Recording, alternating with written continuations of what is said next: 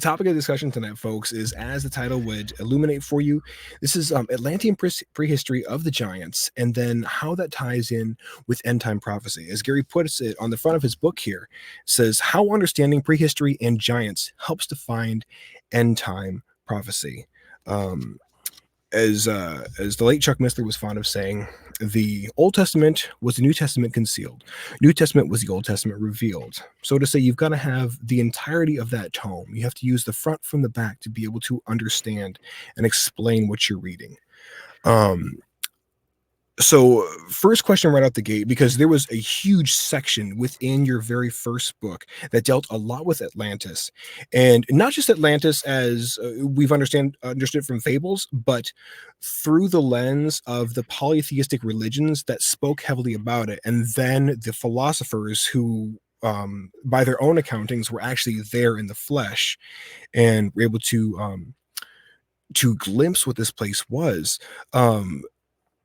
And just going off again your previous conversation with Joshua Peck, where you talked about the sort of resurgence of Atlantis, this bringing about of this kind of second wave in terms of technology and the overall know-how that we once had. Could you sort of describe, at least from your own studies and what you've uncovered, what did that whole world look like during that time, technologically, and then in terms of just understanding of science?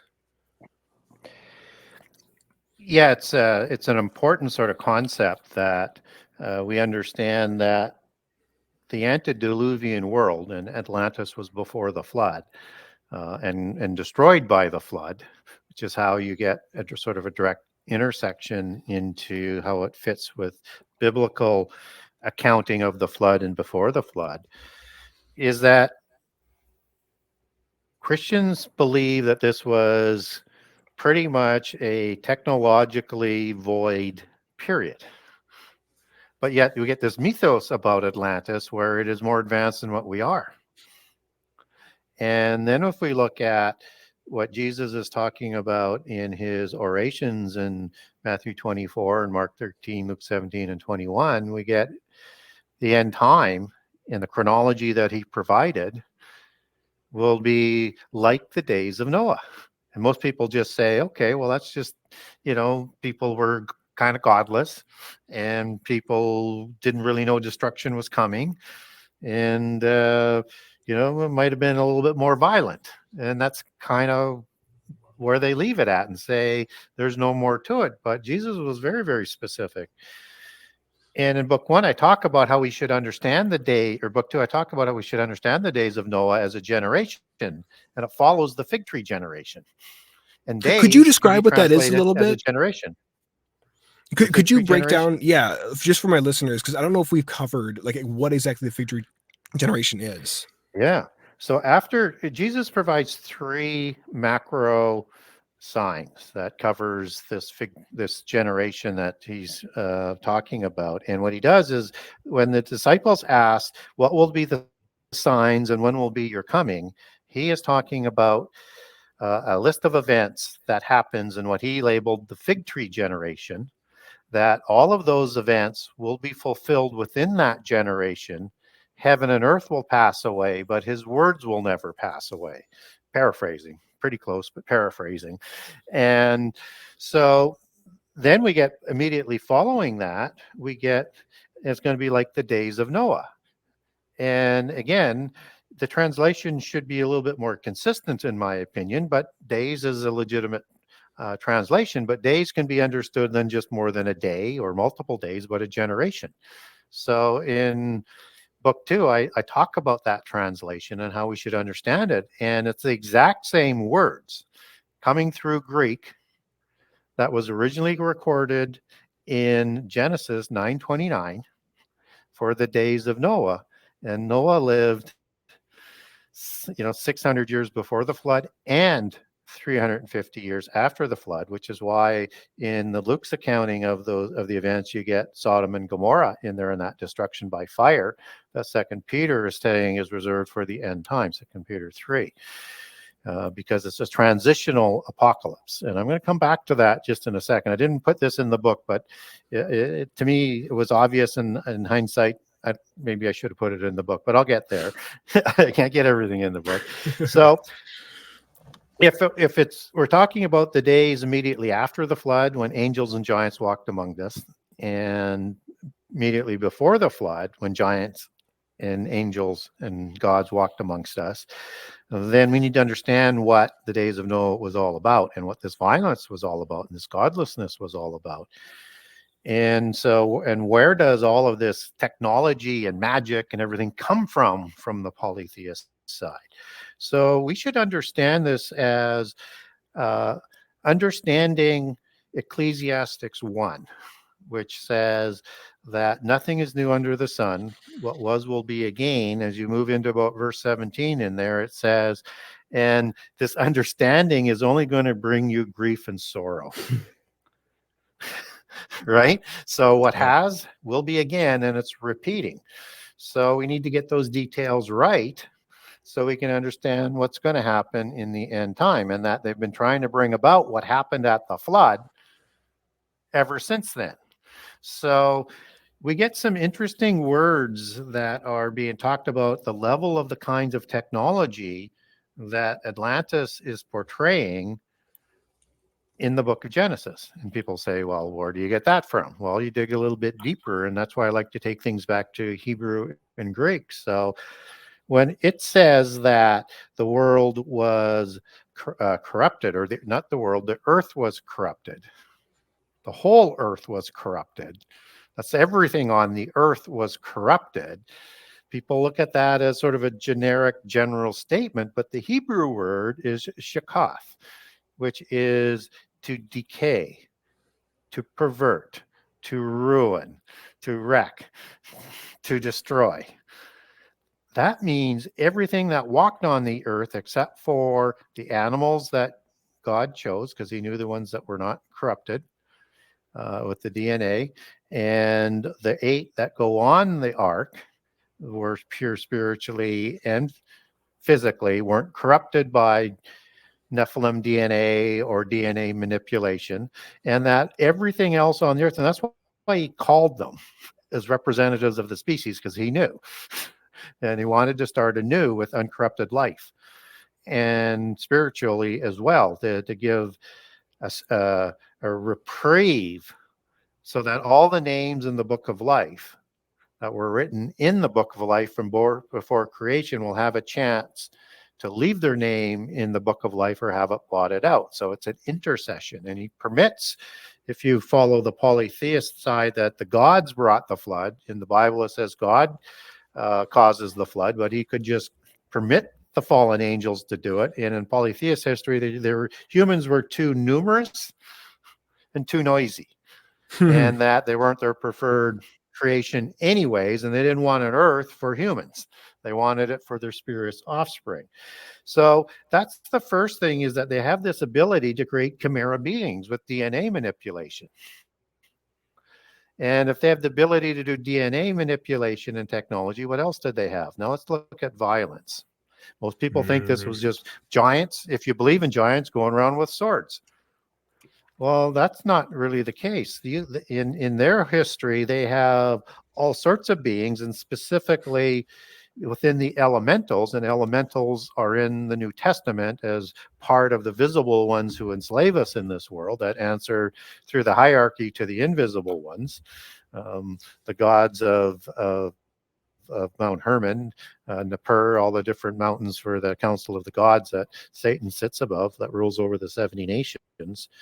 And that in the ugly group, there's a group of them that are called dwarves that live in the earth, as you see them in Lord of the Rings, which is an antediluvian story.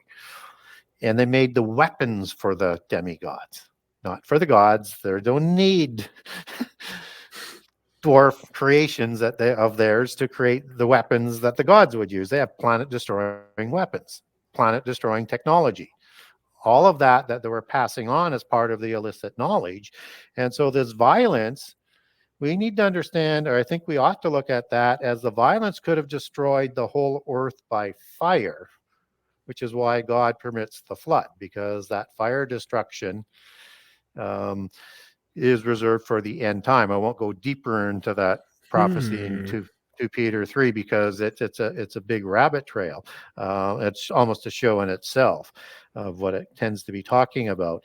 But if we look now at in the book of Enoch, we have Azazel, who's the leader of the Watchers, probably Abaddon Apollyon, that's in the pit prison, and the one who comes and leads the fallen angels and the terrible ones out of the pit prison before the midpoint of the last 7 years, and as by extension one of the causes for World War III or the Revelation 9 war, Joel 1 and 2, and Ezekiel 38 and 39 versus Armageddon.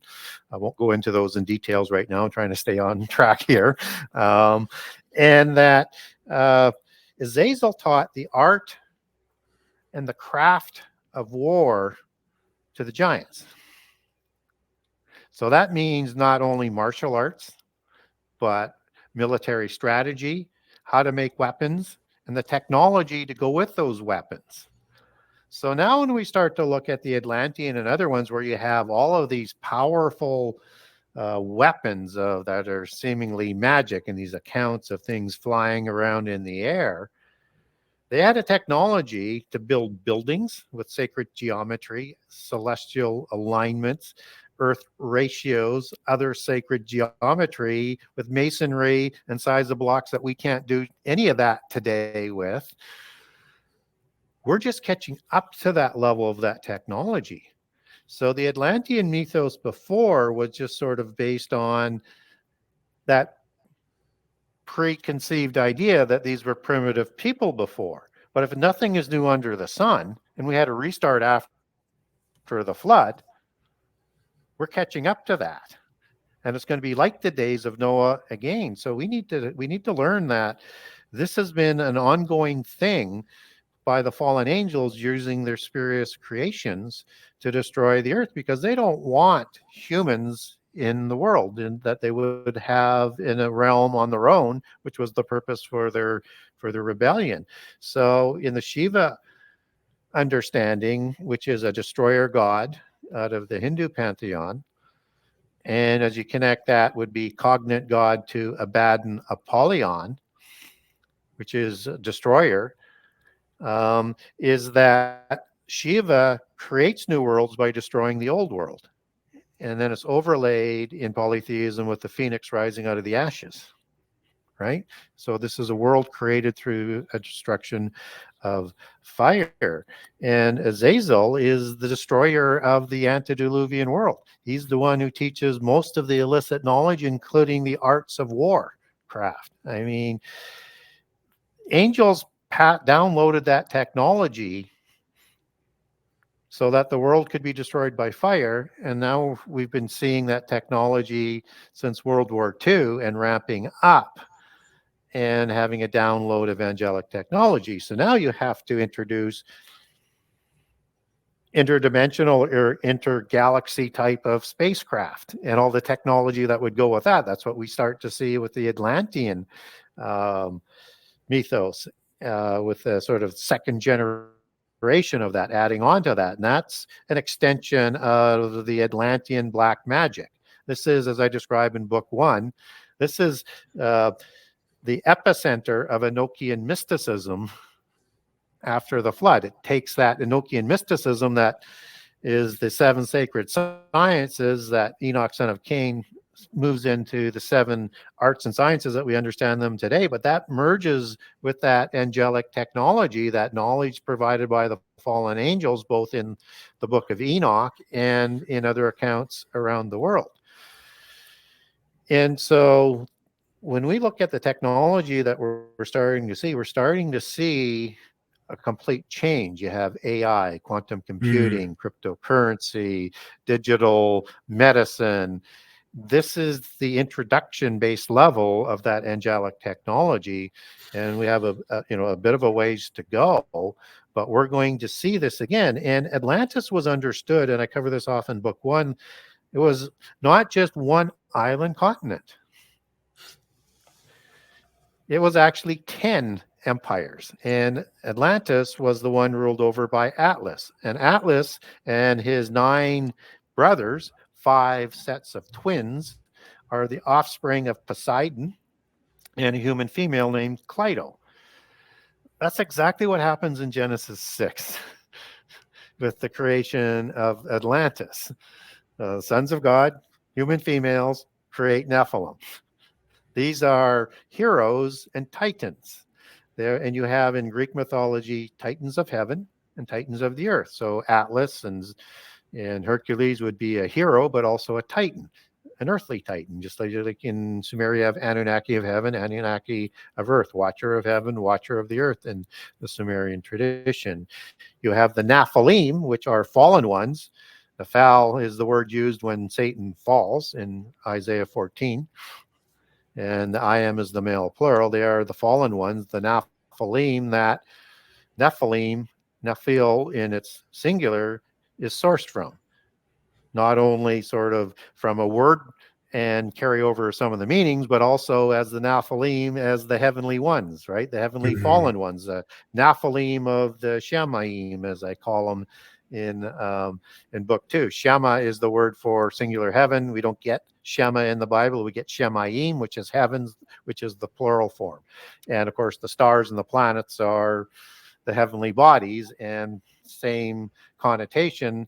You have to distinguish the context between are people of the past worshiping the planets, or are they worshiping the planets and the stars that represent the fallen angels, because they're called stars, right? And then you have the 7 Sure. wandering stars that include planets in the Bible. So when we look at this this Enochian mysticism that propels Atlantis beyond other nations around the earth because they have the technology control. They're trying to conquer the whole earth. And there's 10 of them.